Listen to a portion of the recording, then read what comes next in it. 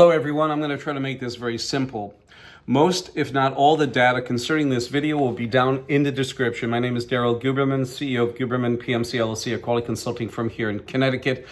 We do consultation, also ISO certification, all derivatives. We also do GMP training, as well as we are a NADCAP specialist for special processes like anodize, prime, heat treat, etc. Welding. This video today is about Daryl Guberman. The failure of China's military exports begins with IAF Incorporated in Delaware membership. Yes, we're going to go into this very simply.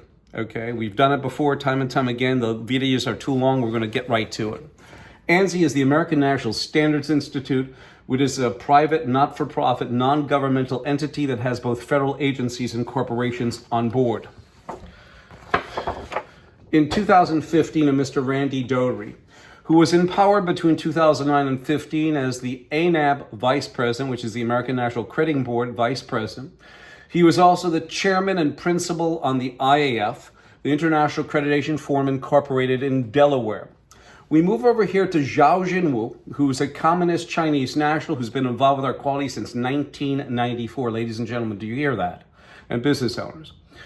At the time, he was also the chief executive of the China National Accreditation Services located in Beijing, China. 2017, he was standing in the laboratory, handing a laboratory certificate over to the Wuhan Biolevel 4 lab. In China, the one that released the COVID virus. You also have Ms. Pamela Sale, the Vice President of Accreditation for Laboratory, who stood up during that time in Texas. I was at Serendipity, that she said from one laboratory to another, there is variances and they lack protocols. They do their own thing. And how can they issue a quality cert where you have to follow a certain procedure and standard? It's out of control. So thus, when you see that COVID got released from that lab, she confessed to it and he certified it. And by the way, the China National Accreditation Services is equivalent in accreditation to ANAB. You also have the following issue as well. ANSI and ANAB are underwriters for both IAF Incorporated in Delaware and also the International Laboratory Accreditation Cooperation in Australia. You have the factor that ANSI took over complete control over ANAB in 2018. They sat upon the International Accreditation Forum while Zhao Jinwu, the Chinese Communist national, was on the IAF as the chairman.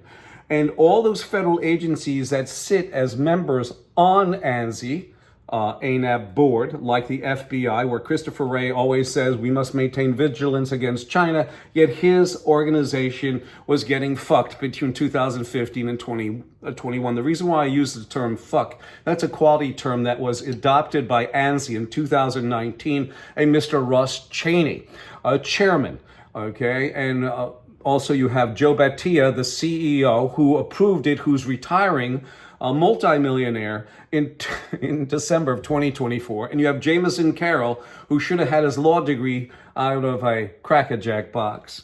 The worst thing is, ladies and gentlemen, on our land, on our property in the United States, in Delaware, an American company has both Iran and Pakistan on board. I don't say this about the people, I say this about the governments there. Harbored Osama bin Laden in Pakistan. Iran and Pakistan both said that they assisted in 9/11. So what we're having here is this.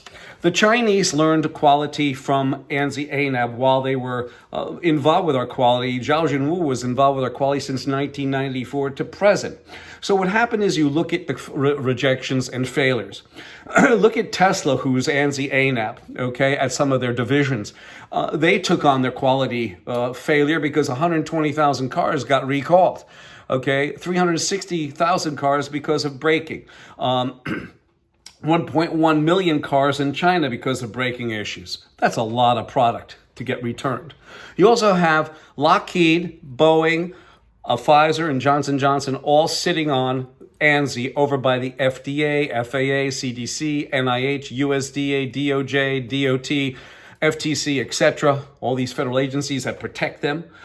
So Boeing skipped quality processes and standards, fudged documentation. They also most recently got caught between 2007 and 2018. Okay. Not even documenting pressures and temperatures on autoclave operations between 2017 and 2018 on the V-22 Osprey program. Can you imagine that? Just a couple weeks ago, one of those aircraft went down, killing the servicemen on board, service people. So you have that. You have Lockheed Martin after their 801st F-35. They're still producing crap, a failure of aircraft up into including a loss of a pilot. You have Johnson & Johnson skipped quality processes and standards. You also have Boeing, not Boeing, but you also have Johnson & Johnson, 75 million, okay, a COVID recall because of contamination. You have all this mess. And this is under the guise of these quality certificates, ANSI, ANAB. And I will talk with people and say, Daryl, Boeing is forcing me into it. Let me tell you what Boeing has. On their supplier portal, they have must be ANSI, ANAB, or internationally equivalent. So the internationally equivalent, because Iran and Pakistan are equivalent in accreditation to ANAB, you can have these guys go in and do a certification. Maybe they did. That's why they fudged documentation at Boeing. Who knows? All I know is David Calhoun, the only thing he knows about aircraft, when he was at GE, he touched one of the engine nacelles. He's a number cruncher, that's all. We'll talk with you soon. If you have any questions or comments, if you have any issues with your Tesla, write them below. We'd love to hear it. 203-556-1493 or Daryl, TQRS, @yahoo.com. I thank you.